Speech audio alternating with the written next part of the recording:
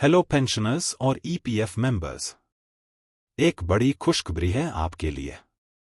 Centralised pension processing system यानी सीपीपीएस अब आपकी पेंशन प्रोसेस को और भी इजी और स्ट्रेस फ्री बनाने आ गया है। चलिए देखते हैं सीपीपीएस के बेनिफिट्स क्या है। 1 जनवरी 2025 से सारे पेंशन क्लेम्स वही रीजनल ऑफिस प्रोसेस करेगा जहां ओरिजिनल क्लेम आया था।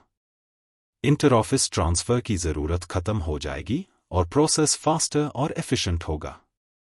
सीपीपीएस से अब पाए ईपीएस पेंशन भारत के किसी भी बैंक में। अब सभी ईपीएफओ के रीजनल ऑफिसेस पेंशन क्लेम्स को प्रोसेस करेंगे और किसी भी बैंक के बैंक अकाउंट में आप ले सकते हैं पेंशन। सभी ईपीएफ रीजनल ऑफिसेस बन चुके हैं सीपीपीएस एनेबल्ड ऑफिसेस। सीपीपीएस के साथ अब आपको अपना पीपीओ ट्रांसफर करने की टेंशन नहीं लेनी पड़ेगी, चाहे आपका बैंक ब्रांच बदल जाए या किसी और ज्यूरिसडिक्शन में हो। सिस्टम आपके बैंक डिटेल्स को ऑटोमैटिकली अपडेट करता है, जिससे पेंशन कभी डिले नहीं होती। सीपीपीएस इंश्योर करता है कि आईएफएससी कोड और बैंक अकाउंट डिटेल्स बिल्कुल सही एंटर हो। इससे पेंशन क्लेम्स फास्ट और एरर फ्री प्रोसेस होते हैं। ईपीएफ मेंबर्स, अब आप अपने यूएनकेवाईसी लिंक्ड बैंक अकाउंट का यूज पेंशन क्लेम के लिए भी कर सकते हैं। ये प्रोसेस एरर्स को रिड्यूस करता है और पेमेंट फेलियर का चांस कम होता है। पहले पेंशन फाइल्स एक ऑफिस से दूसरे ऑफिस ट्रांसफर की जाते थे, जिसके चलते पेंशन स्टार्ट होने में काफी डिले होता था। सीपीपीएस से मुश्किल हाल हो जाएंगे। एक सवाल सबके मन में होगा कि क्या होगा केसेस का जो अंडर प्रोसेस है।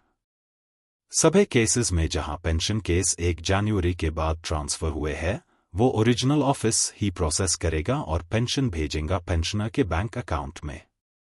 अब आपका पीपीओ डायरेक्टली आपके पास भेजा जाएगा, बैंक ब्रांच में नहीं। ऑफलाइन क्लेम्स जैसे डेथ केसेस के लिए रिक्वायर्ड अंडरटेकिंग्स पहले से कलेक्ट की जाएंगी, जिससे प्रोसेस ट्रांसपेरेंट और स्मूथ हो जाए। सारे नए पीपीओज के लिए आधार लिंकिंग जरूरी होगी। इसे डिजिटल लाइफ सर्टिफिकेट या डीएलसी सबमिट करना इजी हो जाएगा और पेंशन कंटिन्यूटी मेंटेन रहेगी।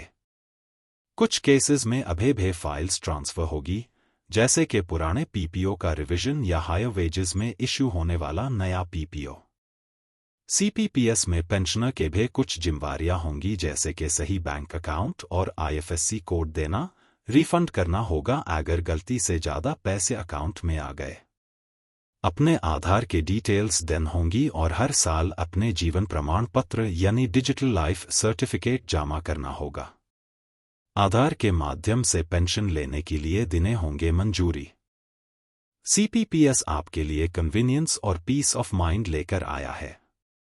ये सिस्टम एक्यूरेसी, एफिशिएंसी और ट्रांसपेरेंसी के साथ डिजाइन की गई है, जिससे आपकी पेंशन प्रोसेस स्ट्रेस फ्री हो जाए।